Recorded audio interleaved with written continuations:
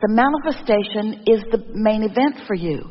So you are so manifestation oriented. You want to look at manifestations. You want to sort them good, bad, right, wrong, wanted, unwanted, manifestation, manifestation, manifestation. If we could get you hooked on the dynamism, the dynamics of energy in motion, if we could convince you that where it's at is in the emotional vibrational realm, so that you don't care so much about the manifestation, this is going to be a stretch for you, but this is what we mean. If we could get you hooked on planting seeds and less hooked on harvesting the crop.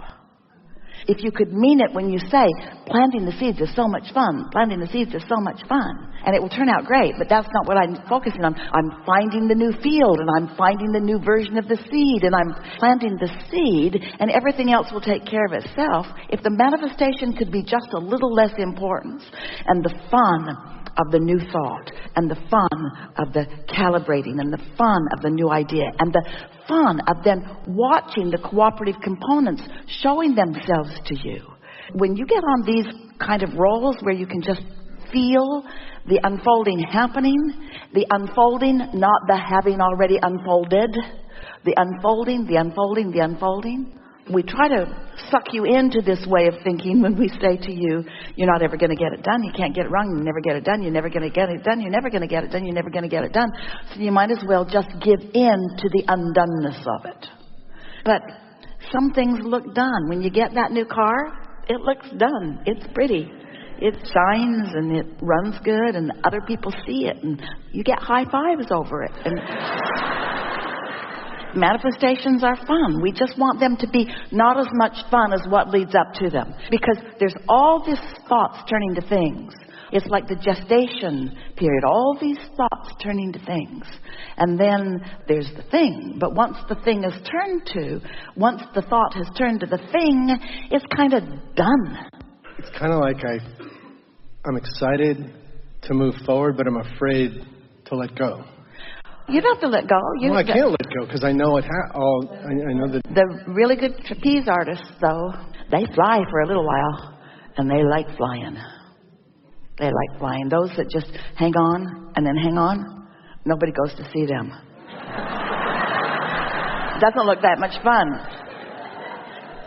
Doesn't look that much fun, but those that fly. Whoa! So, do you not trust that there's something there that's going to catch you? If you don't believe there's something there to catch you, don't let go. But focus on trusting that there's something there that you're going to. So that sort of gives you a little insight, doesn't it? You want to make where you're going more real. If where you're going doesn't feel as real as where you are, it wouldn't be wise to let go. But the work is to make where you're going so real that you can't not go there. And to us it feels easy because we're already over there. We've tested it all out. We've gathered all the cooperative components. It's a done deal. We know it works. We know it works. Come on. We know it works. Come on over. We know it works. Come on over. We know it works. Come on over is what your inner being is saying. You just got to come to trust that more than what is. Because what is, as solid as it is boring. It's like gum you've chewed the flavor out of. And there's a subtle difference between knowing and doing, and knowing what to do and doing what I know. So I've done that. I've been like authentic to me and grew and like had all this great joy. Let's talk about this in real terms. The manifestation that is solid and is real that you're afraid to leave is one thing. You can tell us what it is if you want to. And what you're wanting to go to is something else. You want to talk about it? Yeah. Because the truth is, for me to even begin to, I guess, complain about the stuff in my life. I mean, I have love and money and happiness, and I help people grow. You don't and do have all to that explain stuff. to us that you want more. I'm not. But I do want more, and then I feel guilty that I want more because the people I'm helping. So you do feel like you have to explain to us why you want more. Yeah, I guess so. So when we say you don't have to explain to us why you want more, you don't have to explain to us because we are the more that you want. We're standing over here with all your stuff. Are you ever going to come and get it? Are you ever going to come and get it? The cooperative components have gathered it all up. It's here just for you. Have you ever given something to someone and they just give it back? I can't take this. Oh, please take it. You're asking for it. It's all lined up. You're all lined up. Oh, your inner being never suffers. We're just acting ridiculously like a human for a minute. Because we've enjoyed every bit of the unfolding of all of it. And the unfolding is still occurring. You ought to get in on the fun of what you've created. I feel it's a little bit like Ester's house and the people that don't live in it. As I get more abundant, the people that I get less understanding and a little bit more pushback from just the people around me, and I don't want to change people. So I'm stuck. You know what helps? What helps is to not push back at them, but to understand them. Just understand where they're coming from. They're not poverty conscious focused on purpose. They're not doing it deliberately. They don't mean to be jealous. They don't mean to try to rationale against you and for themselves. It comes back to what we were talking about earlier. It is the trying to harmonize and the not yet having tasted the deliciousness of the true harmony and calibration with the whole of who you are. It's one thing to harmonize with conditions and humans that you have some vibrational matches to, but it's a whole other thing to harmonize with the whole of who you are. It's the difference between exaltation and a good time. It's big. It's the difference between a firecracker and an atomic bomb. The relationship is so huge. And what it really comes down to, we've said it in lots of ways. Some of them don't sound that kind, but we always mean them to be kind. You just can't care what somebody else thinks because they don't have the capacity to see what you're seeing. One of the greatest ironies of the current state of the human condition is that almost everyone wants abundance and almost everyone condemns it when they see it. It's like almost all women want to be skinny, and they almost all condemn it when they see it.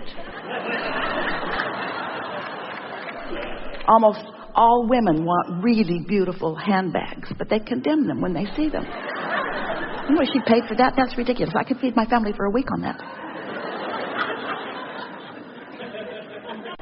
You cannot push against what you want to attract. And so... But how do you stop pushing when I didn't notice I was pushing? That's the best question in the world. I know you just stop. Well, the thing is, you can't stop doing something because the law of attraction won't let you. You can just start doing something else because you can't do that and that at the same time. So if you're thinking about where you're going and who you are rather than pushing against something else, the answer to that question is you got to do it an easier way. And the easier way is meditate, because then when you meditate, you quiet your mind. And when you get the hang of that, then you start out in a higher vibration that has more power. Let us explain it to you in this way. And this is something that a lot of people, even though they've heard us for a while, still don't really get the benefit of this understanding. So you are you, but you're more than this body. There's a whole lot more of you. There's all of this non-physical energy that has achieved the manifestation of you is still pouring into you. In other words, when you're born, you never stop being born. I haven't said that before. The life force that is you didn't, oh, he's born, let him go. Splat, he's done. No, the life force keeps flowing to you, which means attention to you, consciousness about you, communication with the cells of your body. In the same way that consciousness was aware of you when you were in your mother's womb, consciousness is aware of you all the time too. So it's an ongoing thoughts turning to things, thoughts turning to things, thoughts turning to things, thoughts turning to things. It's just always this continuous cycle of thoughts turning to things. So this non-physical part of you is pure positive energy. Now think about what we've been saying about the law of attraction and how whatever you're putting out is what you're getting back. But now, just for a moment, split yourself in two. We don't want you to split yourself in two, but we want you to focus on the two aspects of you. There's the human you and there's the non-physical you. The non-physical you is pure positive energy. The non-physical you has a point of attraction that has no resistance in it. The physical you has some resistance and some not resistance. And so the non-physical part of you is powerful in its attraction. One who's connected to this source energy, more powerful than millions who aren't. So the non-physical part of you is powerful. The physical part of you is powerful to the degree that you're high-fiving your inner being. It's powerful to the degree that you are in harmony with your inner being. So all day, every day, you've got choices about what influence you're under. Are you under the influence of your inner being? If you are, you're powerful. And people are taking notice because big things are happening around you. Mostly, you're really happy.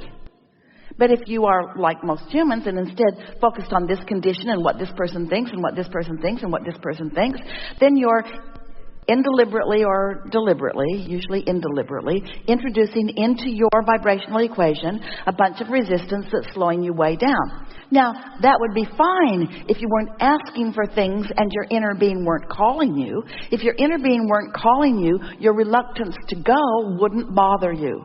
If you didn't ask for something, not going wouldn't feel like negative emotion. If somebody called you on the telephone and said, hello, you don't know me, I'm just calling to tell you that I'm not ever going to call you again, you would say, good to know, goodbye. You wouldn't suffer over it. If somebody that you care about were to give you that information, you would suffer. And so your inner being is calling you toward what you have asked for, what you are asking for, toward your current, dynamic, active creations that are underway.